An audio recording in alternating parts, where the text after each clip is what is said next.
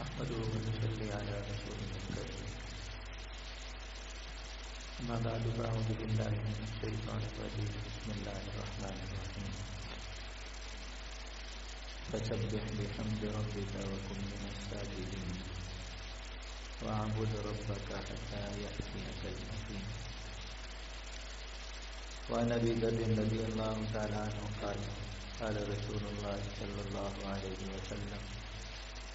ألا أخبرك بأحب الكلام إلى الله؟ قلت أخبرني بأحب الكلام إلى الله. قال: أحب الكلام إلى الله سبحان الله وبحمده. صدق الله مولانا العظيم وصدق رسوله النبي الكريم. اللهم صل وسلم وبارك على سيدنا ومولانا محمد وعلى آل سيدنا ومولانا محمد كما تحب وترضى عدد ما تحب وترضى.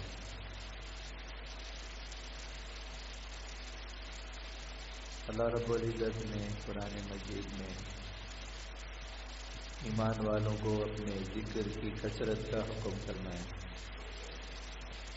اذکروا اللہ ذکرا کثیرا. اللہ تعالیٰ کا بہت کثرت سے ذکر کیا کرو، اللہ تعالیٰ کو بہت کثرت سے یاد کیا کرو. اور ایمان والوں کی جب ایمانی صفات پر تعریف فرمائی تو وہاں جب ذاکرین کا ذکر آیا تو اس کے ساتھ کثیرن کی صفت لگائی. والذاکرین اللہ کثیرا والذاکرات. باقی عبادات میں مطلق رکھا، عام رکھا، اور ذاکرین کے ساتھ کثیرن کی قید، شرط اور صفت لگائی کہ اللہ تعالیٰ کے یہاں ایمان والوں میں جو لوگ ذکر کے اعتبار سے محبوب ہیں، جو اللہ تعالیٰ کا ذکر بہت کثرت سے کرتے ہیں. تو یہ وہ عبادت ہے جس کا جہاں بھی اللہ تعالیٰ کی طرف سے حکم دیا گیا تو ساتھ یہ حکم، یہ تاکید ساتھ لگائی گئی کہ بہت کثرت سے یاد کیا کرو، بہت شدت کے ساتھ اللہ رب العزت کو یاد کیا کرو.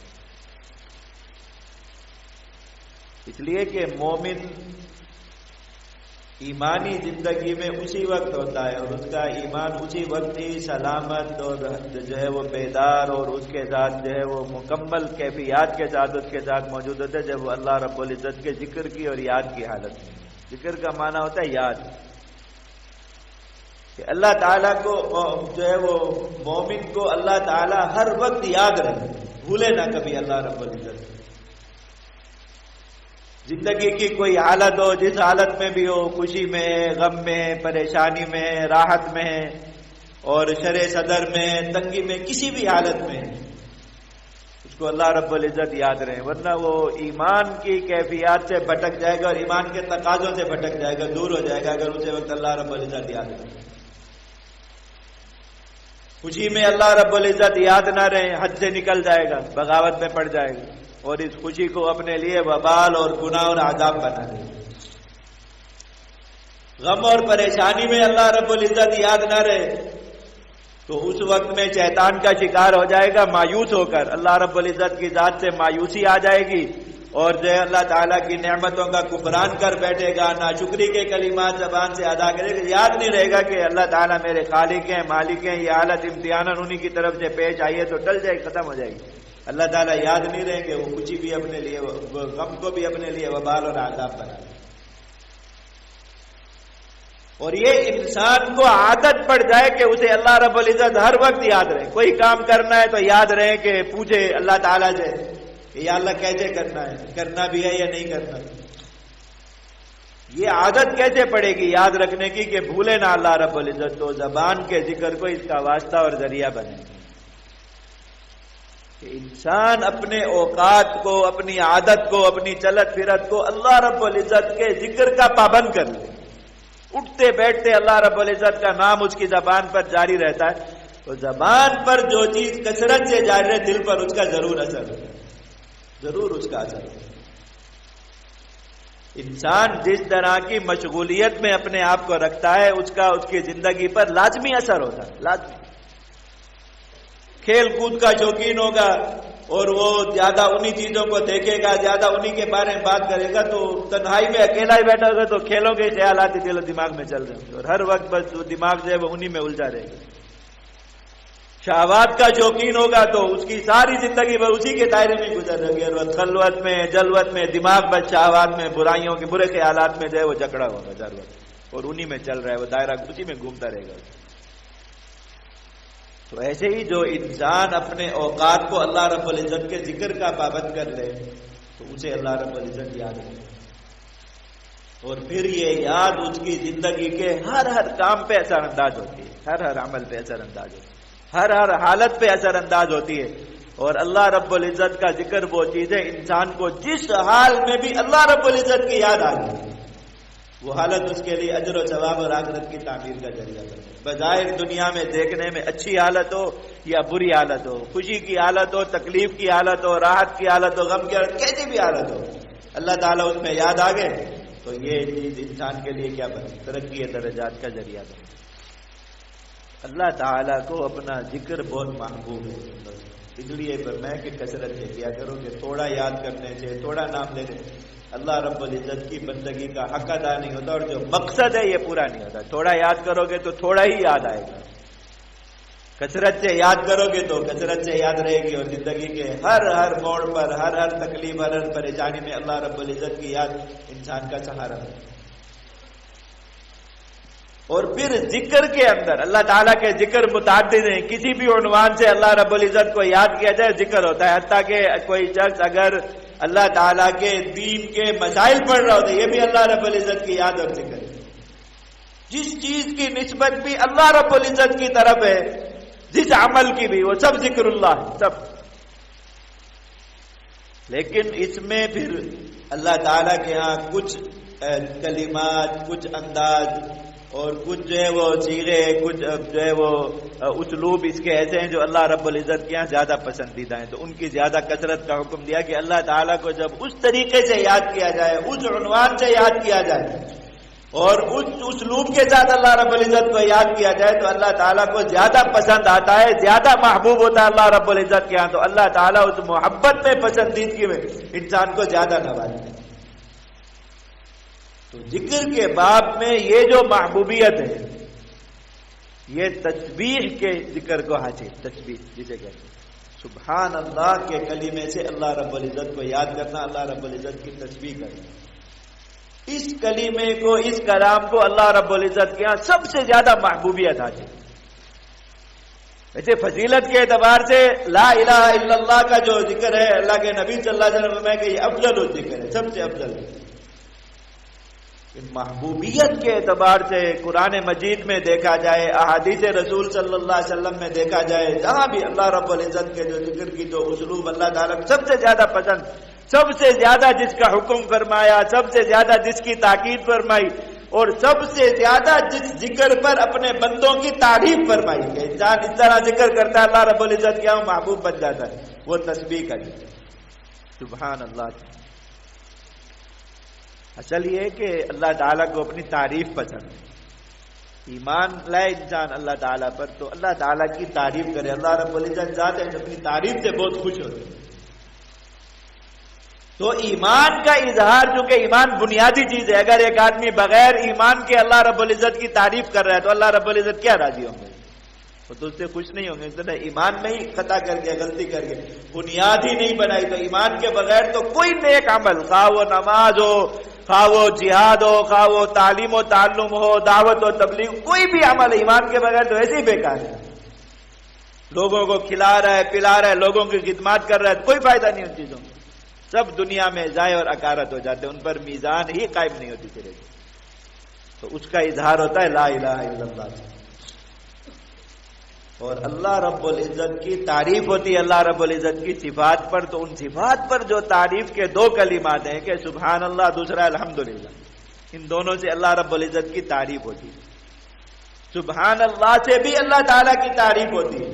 اور الحمدللہ سے بھی اللہ رب العزت کی تعریف ہوتی ہے، لیکن ان دونوں تعریفوں میں اللہ رب العزت کے یہاں جو زیادہ پسندیدہ تعریف ہے وہ سبحان اللہ ہے۔ اس لیے جہاں بھی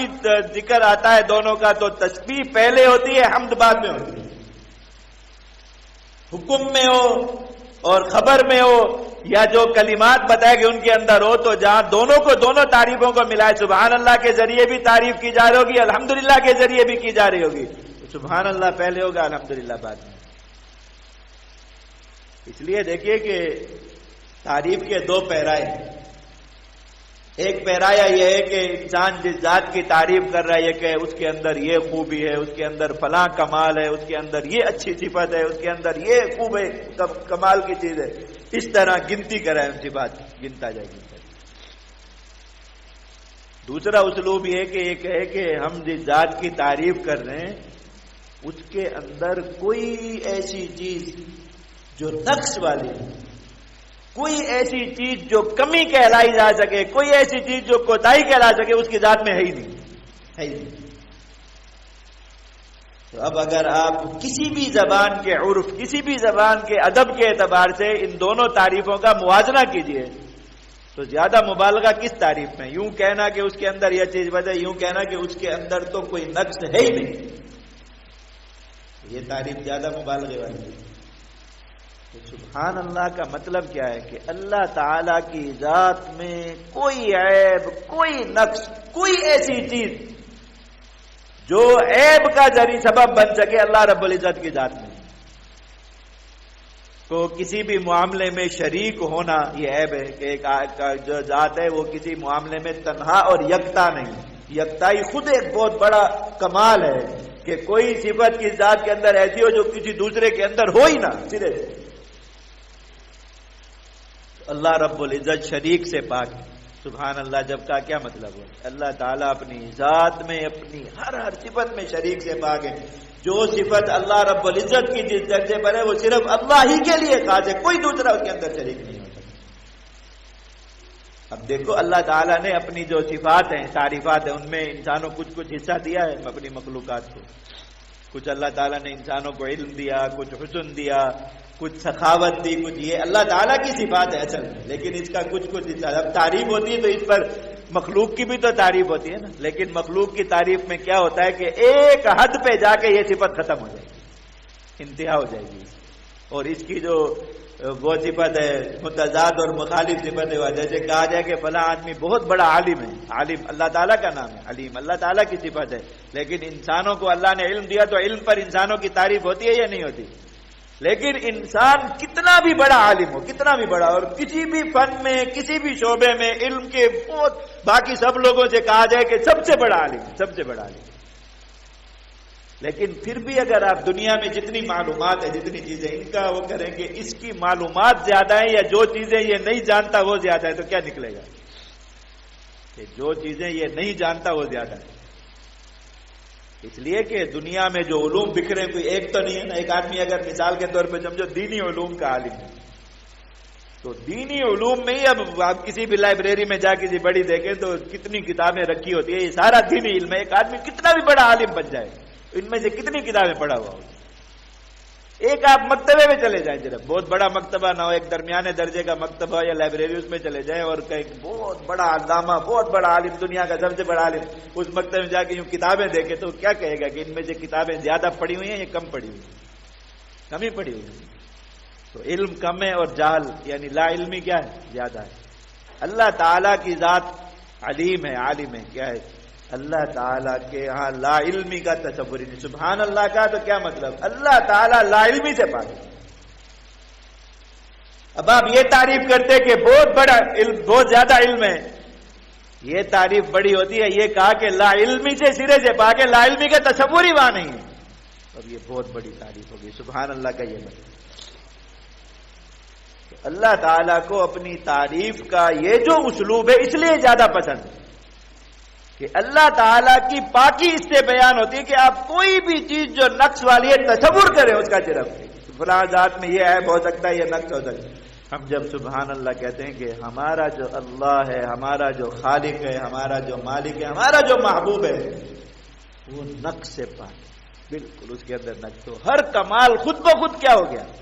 آپ ایک ایک کمال کا الگ الگ نام لیتے کہ یہ کمال بھی اللہ کی ذات میں، یہ کمال بھی اللہ کی ذات میں، یہ کمال بھی اللہ کی ذات۔ جب ہم نے یہ کہہ دیا کہ اللہ تعالیٰ کی ذات میں تو نقص ہی سرے سے نہیں ہے تو سارے کے سارے کمالات خود بخود کیا ہو گئے؟ ایک ایک کمال گننا نہیں پڑا، لیکن سارے کے سارے کمالات ثابت ہیں۔ سبحان اللہ، یہ ہے سبحان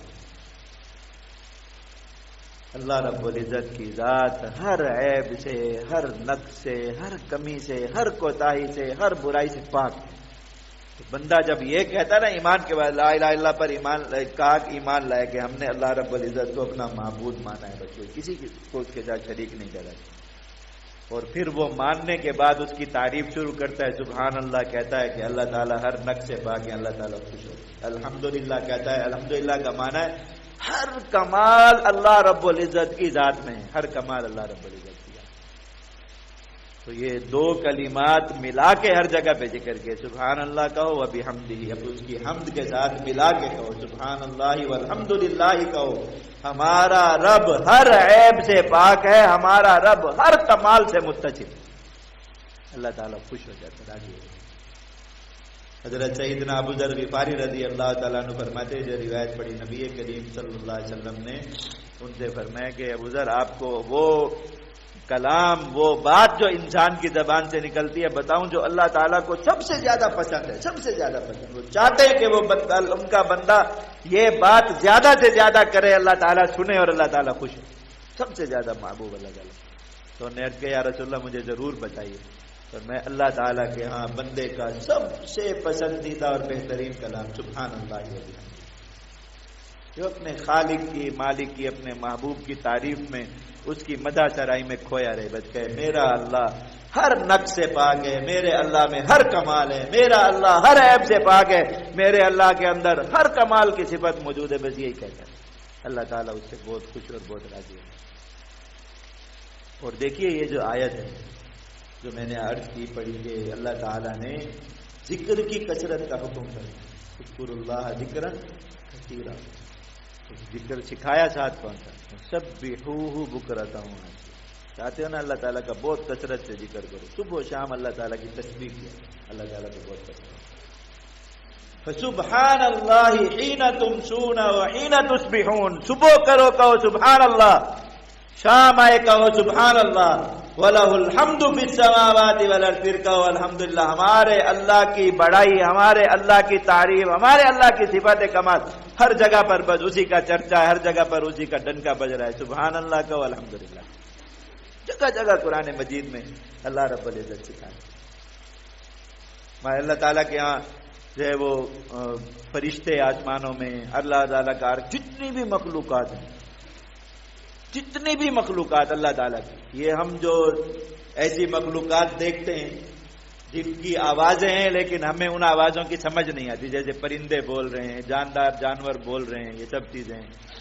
ہمیں ان کی آواز آتی ہے کہ یہ کچھ بول رہے ہیں لیکن سمجھ میں نہیں آتی کیا بول رہے ہیں، اللہ تعالیٰ بیان فرماتے کیا بول رہے ہیں۔ اور وہ مخلوقات جو بظاہر جن کو کوئی آواز ان کی نہیں، ہم بولتے ہوئے نظر نہیں آتی،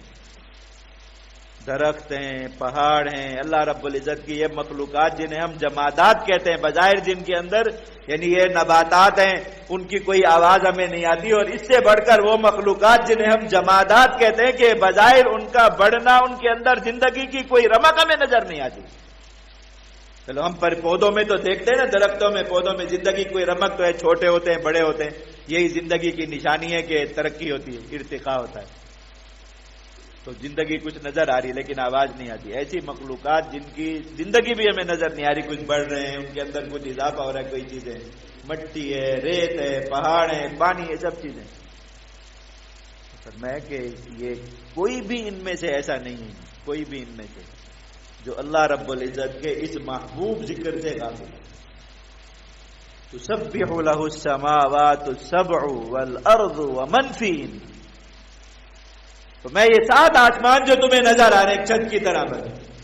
بظاہر ان کے اندر زندگی کی کوئی رمق، کوئی حرارت، کوئی ایسی چیز نظر نہیں آ رہی، پھر ان کے اندر اللہ رب العزت کی کیا کیا مخلوقات ہے اللہ تعالیٰ ہی جانتے ہیں۔ ومن فیہن، ان کے اندر کیا ہے، زمین پر جو کچھ ہے، زمین کے اندر جو کچھ ہے، تو میں تسبح لہ، سب چیزیں اللہ رب العزت کی تسبیح کر رہی ہیں، سبحان اللہ ہر ایک کا وظیفہ ہے، ہر ایک سبحان اللہ کا، اللہ تعالیٰ نے اس کو جو زبان دی ہے، جس طریقے سے اس کو بولنے کا سلیقہ دیا اللہ ہی جانتے ہیں، لیکن یہ سب سبحان اللہ میں مشغول ہے، اس سے کوئی غافل نہیں۔ وَإِن مِّن شَيْءٍ، اور پھر خلاصہ کر، وَإِن مِّن شَيْءٍ، کوئی بھی چیز اس عالم رنگ و بو میں ایسی نہیں ہے، إِلَّا يُسَبِّحُ بِحَمْدِهِ، وہ اللہ تعالیٰ کی تسبیح اور اللہ رب العزت کی حمد کر، سبحان اللہ کہہ رہے، الحمدللہ کہہ رہے۔ وَلَٰكِن لَّا تَفْقَهُونَ تَسْبِيحَهُمْ، کہ تم ان کو تسبیح کرتے ہوئے سن نہیں سکتے، تمہیں پتہ نہیں چلتا، احساس اور شعور نہیں ہوتا کہ فلاں چیز اللہ رب العزت کی تسبیح کر رہی ہے، سبحان اللہ کہہ رہی ہے، الحمدللہ کہہ رہی ہے، لیکن بالیقین کہہ رہی ہے، اس لیے کہ قرآن میں وَإِن مِّن شَيْءٍ، اور کوئی چیز بھی اللہ تعالیٰ کی مخلوقات میں ایسی نہیں جس کا یہ ذکر اور وظیفہ ہے۔ اللہ تعالیٰ نے اپنی ہر مخلوق کو اس کام پر لیا۔ اللہ تعالیٰ کی مخلوق میں فرشتے اللہ تعالیٰ کتنے مقرب بنتے ہیں لوگ، اللہ تعالیٰ ان کے بارے میں کیا فرمائے؟ الذین یحملون العرش ومن حولہ یسبحون بحمد ربہم، جنہوں نے اللہ تعالیٰ کا عرش اٹھایا وہ فرشتے، ان کے ارد گرد جو فرشتے ہیں وہ سب کے سب کیا کر رہے ہیں؟ یسبحون بحمد ربہم، سبحان اللہ الحمدللہ کہ اللہ تعالیٰ کی تسبیح کر رہے ہیں، اللہ تعالیٰ کی حمد کر رہے ہیں، یہ ان کا بھی وظیفہ ہے جنہوں نے اللہ تعالیٰ کا عرش اٹھایا۔ وَيُسَبِّحُ الرَّعْدُ بِحَمْدِهِ وَالْمَلَائِكَةُ، یہ جو بجلی کڑکتی ہمیں کیا لگتا ہے کہ ایک دھماکہ ہوا ہے، بس زور کی ایک کڑاکے کی آواز آئی، تھوڑا سا ہم خوف زدہ ہو جاتے ہیں، ڈر جاتے ہیں جب یہ بجلی کڑکتی۔ میں یہ یسبح الرعد بحمدہ، اس نے اپنی زبان میں سبحان اللہ و بحمدہ کہا، اس نے سبحان اللہ کہا، اس نے الحمدللہ کہا اپنی زبان میں۔ والملائکہ، اور سارے فرشتے اللہ تعالیٰ کے خوف سے، اللہ تعالیٰ کے ڈر سے، اللہ رب العزت کے جلال اور عظمت کا لحاظ کر کے گئے سبحان اللہ، اللہ تعالیٰ پاک ہے، اللہ تعالیٰ ہی کی ہر تعریف ہے، کوئی اللہ تعالیٰ کے سامنے تعریف کے لائق نہیں، مستحق نہیں، بس اللہ رب العزت کی تعریف۔ اپنے انبیاء کو اللہ رب العزت نے جگہ جگہ اس کے جو ہے وہ ذکر کی کثرت کا حکم فرمایا۔ حضرت داؤد علیہ السلام کتنی مرتبہ قرآن مجید میں ذکر، اور اللہ تعالیٰ نے ان کے ساتھ کیا کیا کہ حضرت داؤد علیہ السلام جب خود ذکر فرما رہے انا سخرنا الجبال معه يسبحن بالعشي والابکار، حضرت داؤد علیہ السلام بیٹھ کے اللہ تعالیٰ کی تسبیح کر رہے ہیں، یہ پہاڑ کبھی بولتے ہوئے نظر آتے، کوئی آواز آتی ہے؟ اللہ تعالیٰ فرماتے کہ ہم نے پہاڑوں کو حضرت داؤد علیہ السلام کے لیے مسخر کیا۔ حضرت داؤد علیہ السلام سبحان اللہ کہتے ہیں، اس کے سارے پہاڑ کہتے ہیں سبحان اللہ، وہ الحمدللہ کہتے ہیں، سارے پہاڑ ان کے ساتھ مل کے کہتے ہیں الحمدللہ۔ اللہ رب العزت نبی کی صفت بیان فرما رہے کہ نبی بھی اللہ تعالیٰ کا ذکر کر رہے ہیں، کس پیرائے سے اور کس اسلوب سے؟ سبحان اللہ کہہ رہے ہیں، اور اللہ تعالیٰ کی یہ بالکل بے جان، بے زبان، خاموش نظر آنے والی مخلوق پہاڑ، وہ بھی ان کے ساتھ کیا کہہ رہے ہیں؟ سبحان اللہ، سبحان اللہ۔ اللہ رب العزت کیا اتنا پسند ہے، اتنا پسند۔ اور کوئی کسی مشکل میں پھنس گیا، کوئی کسی پریشانی میں پھنس گیا، اب اس کو اس مشکل اور پریشانی سے نکلنا ہے، اللہ رب العزت اپنے انبیاء کو مثال بنا کے وہ کر رہے ہیں۔ مشکل میں ڈالا کس نے؟ پریشانی کس نے وقتی طور پر امتحان کے طور پر مسلط کی؟ اللہ رب العزت نے۔ نکالے گا کون؟ اللہ۔ تو جب کوئی مالک، کوئی آقا ناراض ہو کے کسی امتحان میں مبتلا کر دے، اس سے نکلنے کا طریقہ کیا ہوتا ہے؟ اس کی خوشامد کرو، اس کو خوش کرو، ایسی بات کہو جس سے خوش ہو جائے، وہ اس مشکل سے نکال دے۔ حضرت سیدنا یونس علیہ السلام مچھلی کے پیٹ میں پھنس گئے، اللہ رب العزت کی طرف سے امتحان آیا، کیا کہا؟ لا الہ الا انت سبحان۔ ایمان کہ یا اللہ ہم آپ کے ماننے والے بندے، آپ کے ہیں، غلطی ہم سے ہوتی ہے لیکن ہم بندے کس کے ہیں؟ آپ کے ہیں۔ ہم نے کسی دوسرے کو اپنا رب نہیں بنایا، کسی دوسرے کو اپنا خالق نہیں۔ ایمان کا اظہار کیا، اللہ تعالیٰ اس پہ خوش ہوئے، آگے کیا گیا؟ سبحانک، تسبیح، آپ پاک۔ اللہ رب العزت نے خوش ہو کے نکالا یا نہیں نکالا؟ کیسے ایک انہونی ہو گئی کہ مچھلی کے پیٹ میں ایک انسان کو اللہ رب العزت نے ایک وقت زندہ رکھے، ظلمات بعضها فوق بعض، سمندر کی گہرائی میں بھی مچھلی کے پیٹ کے اندر ایک جو ہے وہ بالکل ایسی جگہ پر جانا، سانس لینے کا کوئی ذریعہ موجود ہے نہ، اپنے جسم کو بچانے کوئی ذریعہ موجود، اللہ رب العزت نے ایسی حفاظت کے ساتھ رکھا ہے، وہاں سانس بھی آ رہا ہے، مچھلی کا میدا چل رہا ہے، لیکن وہ اس کو کھا نہیں پا رہی، اس انسان کو اس کو ہضم نہیں کر پا رہی، صحیح سلامت اس کے اندر موجود ہے، اس کا جسم ٹوٹ پھوٹ نہیں رہا۔ اللہ رب العزت نے نکال بھی دیا،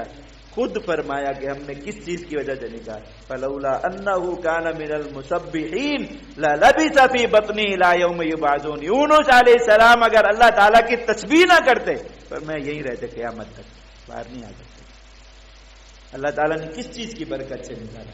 تسبیح کی۔ پر میں تسبیح کر رہے تھے، انہوں نے سبحانک کہا، ہماری تعریف ایسے کلمات میں کی کہ اللہ تعالیٰ راضی ہو گئے، تو اللہ تعالیٰ نے خوش ہو کے نکال دیا۔ پر میں اگر یہ کام نہ کرتے تو پھر کبھی بھی نہ نکل پاتے۔ اب سوچئے کتنی بھی بڑی مشکل آئی ہو زندگی میں، کتنی بڑی مشکل، کتنے بھی انسان اندھیروں میں پھنسا ہوا ہو، بظاہر آگے بالکل ایسا ناممکن نظر آ رہا ہو کہ جائز حاجت ہے، لیکن اس کے پورے ہونے کا کوئی سبب اور ذریعہ نہیں ہے، اندھیرا ہی اندھیرا ہے، کوئی جو ہے پریشانی ہے جس کے بظاہر چلنے کا کوئی سبب نظر نہیں آ رہا، ہر طرف ظلمات ہی ظلمات ہے، لیکن بندہ وہی یونس علیہ السلام والے یقین کے ساتھ دل سے کیا کہہ رہا ہے؟ سبحانک یا اللہ مجھے نکال۔ نہ تو ہم ایسے کسی ذات سے مانگے نا جس کا قدرت ہے کچھ نہ کچھ، لیکن ایک جگہ پہ جا کے اس کی قدرت کیا ہو جاتی ہے؟ ختم ہو جاتی ہے۔ چلو وہ ہماری مشکل، ہم کسی انسان کو مدد کے لیے پکارتے ہیں، ایک حد تک ہی وہ ہماری مدد کر سکتا ہے، آگے جا کے اس کی قدرت اور طاقت ختم ہو جاتی ہے، وہ نہیں کر سکتا۔ ہم نے تو آپ کو پکارا کیا کہہ کر؟ سبحانک، آپ کی طاقت اور قدرت انتہا سے اختتام سے پاک ہے، وہ طاقت اور قدرت کبھی ختم نہیں ہو سکتی، آپ ہر چیز پر قادر ہے، آپ ہمیں نکالیے نا۔ اللہ رب العزت نے نکال دیا، اور فرمایا ہم نے اسی چیز کی وجہ سے نکالا کہ انہوں نے ہمیں واسطہ اسی چیز کا دیا، سبحانک کہہ دیا کہ ہماری طاقت اور قدرت ہمیں یاد دلائی، ہمیں اس کا واسطہ دیا ہمیں، اور کہا کہ یا اللہ آپ کی طاقت اور قدرت لامحدود ہے، آپ یہاں سے بھی نکال سکتے ہیں۔ اللہ رب العزت نے نکال دیا۔ ساتھ فرمایا کہ اگر وہ یہ نہ کہتے تو پھر قیامت تک یہی مچھلی کے پیٹ میں ہی رہتے، یہی ان کی قبر ہوتی، یہیں سے وہ قیامت کے دن اٹھے۔ لیکن اللہ رب العزت، اس لیے نبی کریم صلی اللہ علیہ وسلم نے فرمایا دعاء ذی النون، یہ مچھلی کے پیٹ میں جو اللہ کے پیارے نبی حضرت یونس علیہ السلام تھے، ان کی دعا کیا تھی اللہ رب العزت کے حضور؟ لا الہ الا انت سبحانک انی کنت من الظالمین۔ انہوں نے لا الہ الا اللہ کا اللہ تعالیٰ پر اپنا ایمان، اس کی تجدید کی، اس کا حوالہ اور واسطہ دیا، سبحانک کا اللہ رب العزت کی تعریف کی، اللہ رب العزت نکالا۔ فرمایا کہ ما دعا اللہ بہ عبد، کوئی بھی اللہ کا بندہ اس حالت، اس پریشانی اور اس کیفیت میں اللہ رب العزت کو جب اس کلمے کے ذریعے پکارتا ہے، الا استجاب اللہ لہ، اللہ رب العزت اس کی دعا ضرور قبول کرتا ہے، کیونکہ بھائی بندہ بدلا ہے نا، مانگنے والا بدلا ہے، دینے والا کون ہے؟ وہی ہے، وہی جس کو یونس علیہ السلام نے لا الہ الا انت کہا، آج مشکل میں پھنسا ہوا بندہ بھی لا الہ الا اللہ کہے گا تو اسی رب سے مخاطب ہے، وہی اس کی طاقت، وہی اس کی قدرت، اسی پر ایمان کا جو ہے وہ حوالہ دے رہا ہے۔ سبحانک آج کہہ رہا ہے تو اسی رب کو کہہ رہا ہے جس کو کس نے کہا تھا؟ یونس علیہ السلام نے کہا تھا۔ تو یونس علیہ السلام کی سننے والا، انہیں نکالنے والا رب سب کی سنتا ہے، تو یونس علیہ السلام والے الفاظ میں پکارو اللہ کے نبی صلی اللہ علیہ وسلم نے۔ اور نبی کریم صلی اللہ علیہ وسلم خود یہ جو دعوت اسلام کے ابتدائی حالات ہے، مکہ مکرمہ کی جو زندگی، اللہ کے نبی صلی اللہ علیہ وسلم پر جو مشکلات، جو پریشانیاں، جو تکلیفیں گزری، علل اطلاق ایک بات فرمائی کہ اللہ کا کوئی نبی، جتنے انبیاء گزرے، ہم کسی نبی کے بارے میں پڑھتے ہیں ان کو آرے سے چیر دیا گیا، کسی کے جسم سے گوشت نوچ کر اتار دیا گیا، بڑی بڑی تکالیف انبیاء کرام علیہ السلام پر آئی، لیکن اللہ کے نبی صلی اللہ علیہ وسلم نے فرمایا کہ جتنا میں ستایا گیا ہوں اتنا کسی کو بھی نہیں ستایا۔ اطلاق کے ساتھ ایک بات اس پریشانی کے وقت میں، اس پریشانی کے حالات میں اللہ رب العزت اس پریشانی سے نکلنے کا، اس ضیق اور تنگی سے نکلنے کا، دیکھو اگر پریشانی ایک وقت کی محدود ہو، اس کے بعد بندے کی جان چلی جائے، وہ پریشانی کا اثر ختم ہو جاتا ہے، موت ہر چیز کے اثرات مٹا دیتی ہے۔ لیکن آپ کو ایک تکلیف ہے، ایک امتحان میں آپ ایک مشکل کام اللہ رب العزت نے آپ کے سپرد کیا، جس میں قدم قدم پر آپ کو ایذائیں، اور آپ کو اسی میں زندہ رہنا ہے اور کرتے رہنا ہے، اس کو آپ چھوڑ بھی نہیں سکتے، یہ تکلیف اس سے بہت بڑی ہوتی ہے۔ تو اللہ کے نبی صلی اللہ علیہ وسلم تو اس بڑی تکلیف میں، بڑی پریشانی میں تھے، بڑی ایذا میں، کہ یہ کام مسلسل کرنا ہے، اور اس پر آگے سے مسلسل لوگوں کا رویہ جو ہے وہ ناقابل برداشت اللہ کے نبی صلی اللہ علیہ وسلم کے ہاتھ میں۔ اللہ تعالیٰ اس مشکل سے نکلنے کا ذریعہ کیا سکھا رہے ہیں؟ وَلَقَدْ نَعْلَمُ أَنَّكَ يَضِيقُ صَدْرُكَ بِمَا يَقُولُونَ۔ آپ دعوت دیتے ہیں، اللہ کی طرف بلاتے ہیں، یہ کافر آپ کے ساتھ جس طرح کا معاملہ کرتے ہیں، جیسی جو ہے وہ ناروا سلوک کرتے ہیں، جیسے نامناسب رویے سے پیش آتے ہیں، ہمیں پتہ ہے کہ آپ کا دل بہت تنگ ہے اور آپ اس کی وجہ سے گھٹن محسوس فرماتے ہیں، تو کیسے نکلیں اس گھٹن سے؟ میں فسبح بحمد ربک، اللہ تعالیٰ کی تسبیح کی، لوگ ستا رہے ہیں، لوگ تنگ کر رہے ہیں، بھائی سبحان ہمارا اللہ تعالیٰ، سبحان اللہ، اللہ رب العزت کو راضی کر، دنیا نے تو راضی ہونا نہیں، اللہ کو راضی کرنا، لوگوں نے خوش ہو، ان کو خوش کرنے کی کیا فکر کریں، آج ان کو خوش کریں گے کسی بات سے، کل یہ کسی اور بات پہ ناراض ہو کے پھر ہمیں ستانا شروع کریں گے۔ آج ان کا ایک مانگ پوری کریں گے، کل کو یہ کوئی اور مطالبہ رکھ کے ہمارے پیچھے ہو جائیں گے، ہمارے در پہ ہو جائیں گے، پھر ہمیں تکلیف میں ڈالیں گے۔ دفع کرو دنیا کو، چھوڑو ان کو راضی کرنے کی۔ سبحان اللہ، ہمارا اللہ پاک ہے، ہم اللہ کو راضی کریں تو خود فرمائیں کہ دل سے وہ سب کچھ کیا ہو جائے گا، نکل جائے گا۔ اب دیکھو کوئی آدمی مشکلات میں ہے، گھرا ہوا یونس علیہ السلام کی طرح، جہاں سے نکلنے کا کوئی راستہ نظر نہیں آ رہا، خطرات میں، جان کے خطرے میں، بس جگہ پھنس گیا کہ بس جان جا رہی۔ اللہ رب العزت اس خطرے سے نکلنے کا طریقہ کیا سکھا رہے ہیں کہ یونس علیہ السلام کی طرح کہو سبحان اللہ، یہی سکھایا۔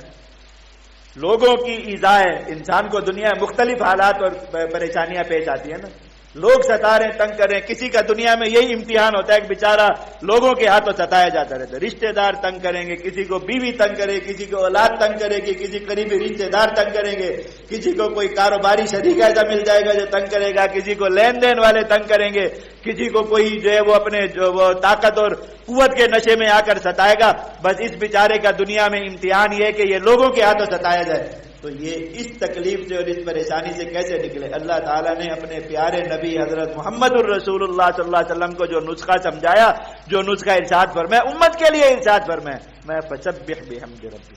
اللہ کی تعریف کیا جائے، سبحان اللہ کہا کریں، یہ سب تکلیفوں کے اثرات دل سے دھل جائیں گے۔ ظاہر مال کی تنگی، یہ بھی دنیا میں ایک امتحان ہے یا نہیں؟ اور انسان زندگی میں کسی نہ کسی وقت میں ان حالات میں مبتلا ہوتا ہے۔ آج کل تو ہر کسی کا سب سے بڑا مسئلہ یہ ہے، جس آدمی کو دیکھو بیچارہ معاش کی پریشانی میں وقت سے پہلے بوڑھا ہو رہا ہے، بیماریاں لگ رہی ہیں، تنگیاں ہی تنگیاں، پریشانیاں ہی پریشانیاں۔ ادھر انسان تھوڑا سا بیچارہ محنت کر کے اپنی آمدنی بڑھاتا ہے، ادھر سے ظالم حکمران اس سے 10 گنا زیادہ اس کے خرچے بڑھا لیتے ہیں۔ مستقل اس پریشانی میں، اس سے نکلنے کا کیا حال ہے؟ میں دامن کو یہاں نام آتا ادھر ادھر۔ حضرت سیدنا نوح علیہ الصلوۃ والسلام، وہ سارے انسانوں کے دوسرے دادا، دوسرے والد، جن سب انسانوں کی آگے نسل چلی حضرت آدم علیہ السلام کے بعد، اپنے بیٹے کو وصیت فرمائی کچھ چیزوں کی کہ یہ کچھ کام تو میں سمجھا رہا ہوں، یہ ہمیشہ کرتے رہا اور ان کے فائدے بتا۔ ہم نے ایک چیز ارشاد فرمائی، فرمایا کہ سبحان اللہ و بحمدہ کو لازم پکڑو،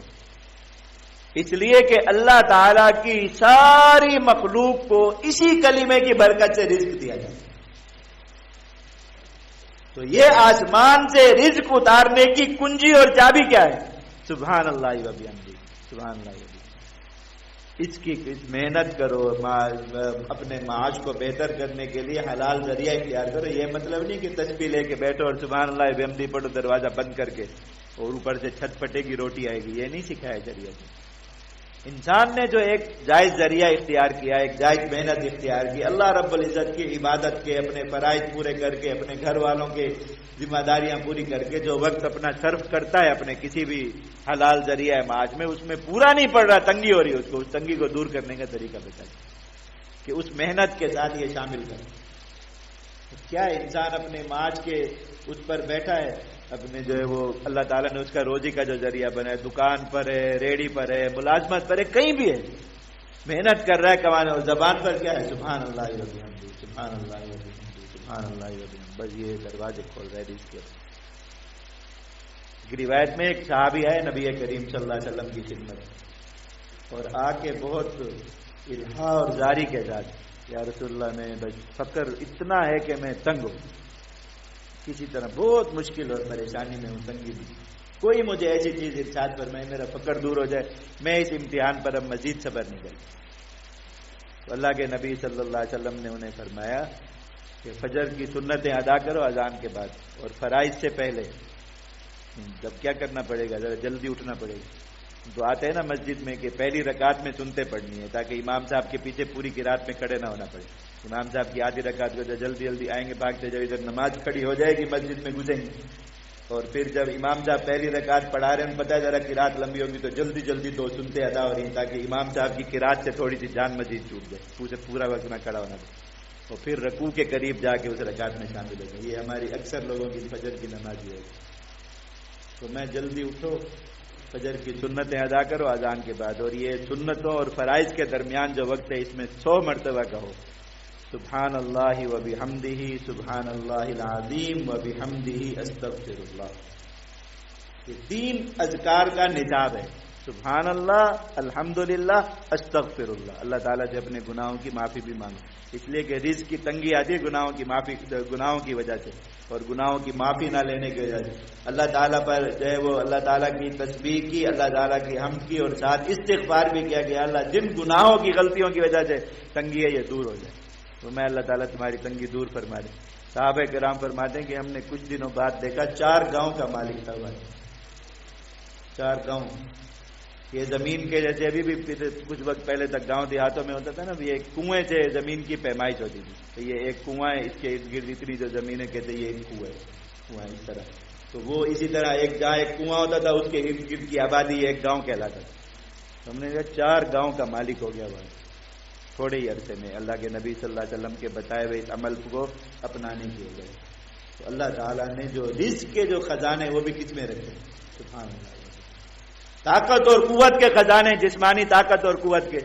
سب کو پتا ہے تسبیحات فاطمہ، بچپن سے اپنے گھروں سے سب مسلمانوں نے سنا ہوگا کہ ایک تسبیح ہے نماز کے بعد 33 مرتبہ سبحان اللہ کہو، 33 مرتبہ الحمدللہ کہو، 34 مرتبہ اللہ اکبر کہو، یا 33 مرتبہ یا اللہ اکبر کہہ کے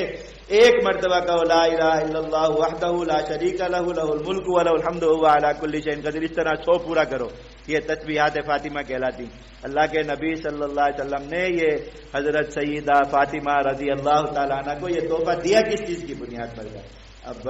سیدہ نے شکایت کی تھی کہ میں گھر کے کام کاج کر کے تھک جاتی ہوں، مجھے اس پر کیوں، چھوٹے چھوٹے بچے بھی ہیں، پھر اس کے ساتھ چکی بھی خود پیسنا، پانی بھی خود کنویں سے لے کے آنا، ان بچوں کی ساری دیکھ بھال کرنا، تو ہم تھک جاتے۔ کوئی غلام اور خادم ہر مسلمان کے گھر میں ہوتے تھے، ایک ہمیں بھی مل جائے تاکہ وہ ہمارے کاموں میں ہمارا ہاتھ بٹا دیا کرے، تو ہماری جسمانی جو قوت اور طاقت ہے یہ بحال رہے۔ اللہ کے نبی صلی اللہ علیہ وسلم نے سب کو دیتے تھے غلام خادم، اپنی پیاری بیٹی کو نہ غلام دیا نہ خادم دیا، اس کا وعدہ بھی نہیں دیا، پر میں تم یہ کام کرو، یہ پڑھا کرو۔ معلوم ہوا کہ جسمانی قوت اور طاقت کا خزانہ بھی کس میں ہے؟ سبحان اللہ والحمدللہ، یہ دے دیا۔ جو چاہے صحت مند رہے، تھکے نہ، کاموں کا کام جو ہے اس کے جسم کو کھلائے نہ نہیں کہیں پر۔ کتنی آسان سی بات ہے کہ نماز کے بعد 2 منٹ بیٹھ کے ایک تسبیح پہ عمل، 1 منٹ نہیں لگتا پورا، اگر جلدی جلدی پڑھیں، یعنی جتنا ایک عام اس میں پڑھتا ہے، یہ پوری تسبیح کرنے میں 1 منٹ نہیں لگتا، لیکن بھاگنا ہوتا ہے نماز عبادت، اتنے نفع کا سودا چھوڑ کے چلے گا۔ انسان کو فکر ہوتی ہے وہ جو اعمال کرتا ہے آخرت کے حساب سے محفوظ ہوتے ہیں، یعنی اس لیے کہ اعمال کو ضائع کرنے والی بہت ساری چیزیں، کہیں آگے جا کے کوئی گناہ ایسا ہو جاتا ہے، کوئی غلط خیال ایسا آ جاتا ہے، پیچھے کیے ہوئے اعمال ضائع ہو جاتے ہیں۔ تو میں تم چاہتے ہو تمہارے اعمال پر اللہ تعالیٰ کی مہر لگ جائے پکی، کہ بس وہ اللہ تعالیٰ کے یہاں قبول ہو گئے، روز جزا روز لقاء اللہ رب العزت تمہیں دیں گے، تو اعمال کے بعد مجلس میں بیٹھو، کہیں بات چیت کرو، کوئی نیک عمل کرو، یہ کہو سبحانک اللہم و بحمدک اشہد ان لا الہ الا انت استغفرک و اتوب الیک۔ تسبیح، حمد اور استغفار، اس کی مہر لگا دو۔ فرمایا کہ نیک عمل کیا ہے اللہ تعالیٰ کی طرف سے پکی مہر لگ جاتی ہے اپنی رضا کی، یہ عمل اب کبھی ضائع نہیں ہوگا، بس قیامت کے دن ملے گا ہی ملے گا، اور اگر اس کے اندر کوئی کمی کوتاہی کوئی غلطی ہوگی اللہ رب العزت اس کا کفارہ بنا دے۔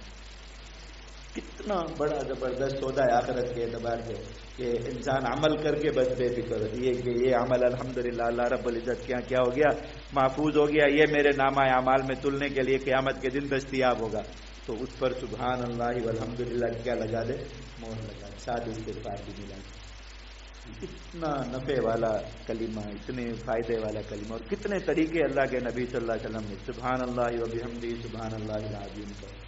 سبحان اللہ العظیم و بحمدہ استغفر اللہ کو۔ اللہ کے نبی صلی اللہ علیہ وسلم آخر عمر میں سب سے زیادہ، سیدہ عائشہ رضی اللہ تعالیٰ عنہ فرماتی ہیں کہ آخر عمر میں نبی کریم صلی اللہ علیہ وسلم پر سب سے زیادہ جو آپ کی زبان سے ذکر سنا جاتا تھا وہ یہ تھا سبحان اللہ العظیم و بحمدہ استغفر اللہ۔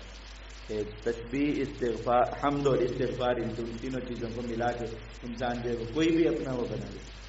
اور فرمایا کہ کلمے ایسے ہیں زبان پر ذرہ برابر بھی بوجھ نہیں ہوتا۔ سبحان اللہ وبحمدہ میں آسان ترین کلمات زبان پر ادا کرنے سے، لیکن کیا ہے حبیبتان الی الرحمن، اللہ تعالیٰ کو بہت پسند اور محبوب ہیں۔ اور سب سے بڑی چیز کیا ہے، ثقیلتان فی المیزان، کہ قیامت کے دن جو اعمال تولنے کا ترازو ہے اس میں بہت بھاری ہے۔ ترازو کتنا بڑا ہے، حضرت داؤد علیہ السلام نے اللہ تعالیٰ سے درخواست کی کہ یا اللہ مجھے یہ ترازو دکھا دے جس میں اعمال تولے جائیں قیامت کے دن، جو قرآن میں فرمایا والوزن یومئذ الحق، حق عقیدہ ہے، ماننا ہے کہ قیامت کے دن ایک ترازو اللہ رب العزت لگائیں گے جس میں بندوں کے اعمال تولیں گے، تو مجھے اس کی زیارت کرا دے۔ میں اللہ تعالیٰ نے ان پر منکشف فرما دیا، تو اتنا بڑا تھا اس کا ایک پلڑا، 2 پلڑے ہوتے ہیں نا ہر ترازو کے، ایک پلڑا اللہ تعالیٰ نے دکھا اتنا بڑا تھا، حضرت داؤد علیہ السلام دیکھ کر اس کی ہیبت سے بے ہوش ہو گئے، غشی علیہ فلما افاق، جب انہیں جو ہے وہ صحت ہوئی اور اٹھے بیدار ہوئے، فوراً ان کے دل میں خیال ہے کہ اللہ تعالیٰ نے اس میں ہمارے اعمال تولنے، ہمارے اعمال ہیں کتنے، کیا پتہ چلے، زمین و آسمان سے بڑا ایک پلڑا ہے تو کیا ہمارے اعمال کی حیثیت اس میں رہ جائے گی۔ تو انہوں نے کہا یا اللہ آپ نے بندوں کو یہ پلڑا نیکیوں سے بھرنے کا حکم فرما دیا، کون بھرے گا اس کو؟ حضرت داؤد علیہ السلام تعالیٰ سے گڑ گڑا کے پوچھ رہے ہیں کون بھرے گا، کس کی مجال اور ہمت؟ اللہ تعالیٰ نے فرمایا کہ یا داؤد انی اذا احببت عبدا، میں جب اپنے کسی بندے سے خوش ہوتا ہوں ملأتہ بتمرۃ، وہ ایک کھجور میرے لیے خرچ کرتا ہے میں اس کے لیے پورے نامہ اعمال پڑھ دیتا ہوں۔ تمرۃ، ایک چھوٹا سا کھجور کا انگلی سے بھی چھوٹا ہوتا ہے، تو میں وہ میری خاطر کرتا ہے یہ کام، میں ملأتہ بتمرۃ، ایک کھجور کے بدلے یہ میزان پڑھ دیتا ہوں۔ ملأتہ بلا الہ الا اللہ، میں اس کو لا الہ الا اللہ سے بھر دیتا ہوں۔ ملأتہ بسبحان اللہ، میں اس کو سبحان اللہ کہنے سے بھر دیتا ہوں۔ اللہ کے نبی صلی اللہ علیہ وسلم میں سبحان اللہ تملأ المیزان، یہ سبحان اللہ کا کلمہ بظاہر جو تمہیں زبان پر چھوٹا سا معمولی سا لگتا ہے، اسے معمولی مت سمجھو، اللہ تعالیٰ کی وہ میزان جو زمینوں آسمانوں سے بڑی ہے کہ 7 زمین آسمان فرمایا اس میں رکھ دیے جائیں تو ایسے پڑے ہوں جیسے کسی تخت پر ایک سکہ رکھا جاتا ہے، اتنی حیثیت ہے۔ تو میں اللہ تعالیٰ اس کو سبحان اللہ وبحمدہ سے بھر دیتے بندے کی۔ تو یہ حدیث میں یہ بات میں ثقیلتان فی المیزان، اصل ان کا کیا ہے کہ اللہ تعالیٰ کی میزان پر بہت بھاری، جب یہ تلیں گے وہاں آ کر انسان کو پتہ چلے گا، اور پھر انسان حسرت کرے گا کہ کاش جو فارغ وقت تھا فضول بکواس میں ضائع کیا، گپ شپ میں ضائع کیا، نہیں ویسے ہی بیٹھے بیٹھے کچھ بھی نہیں، زبان بھی فارغ ہے، بندہ بھی فارغ ہے، لیکن پڑا ہوا ہے کیا جاتا ہے۔ ہم اس وقت بھی کہتے رہتے سبحان اللہ، ہم اس وقت بھی الحمدللہ کہتے رہتے، ہم اس وقت بھی سبحان اللہ وبحمدہ ہی کہتے رہتے، اتنا ہی صرف ہم اس وقت بھی سبحان اللہ وبحمدہ سبحان اللہ العظیم کہتے رہتے، تو آج کیا صورتحال ہوتی جب اعمال نامے تل رہے ہیں، کتنے مزے میں ہوتے۔ اللہ تعالیٰ نے اس لیے اس ذکر کی کثرت کا حکم فرمایا کہ ہمارے فائدے کے لیے کہ ہم اپنی اس میزان کو بہت کریں، سبحان اللہ صرف اتنا بھی کہیں سبحان اللہ وبحمدہ پوری فضیلت مل جاتی، اور اگر سبحان اللہ وبحمدہ سبحان اللہ العظیم کہہ دیں تو اور زیادہ مستزاد ہوتے، اور سبحان اللہ وبحمدہ سبحان اللہ العظیم استغفر اللہ کہہ دیں سبحان، پھر تو پوچھنے ہی کیا۔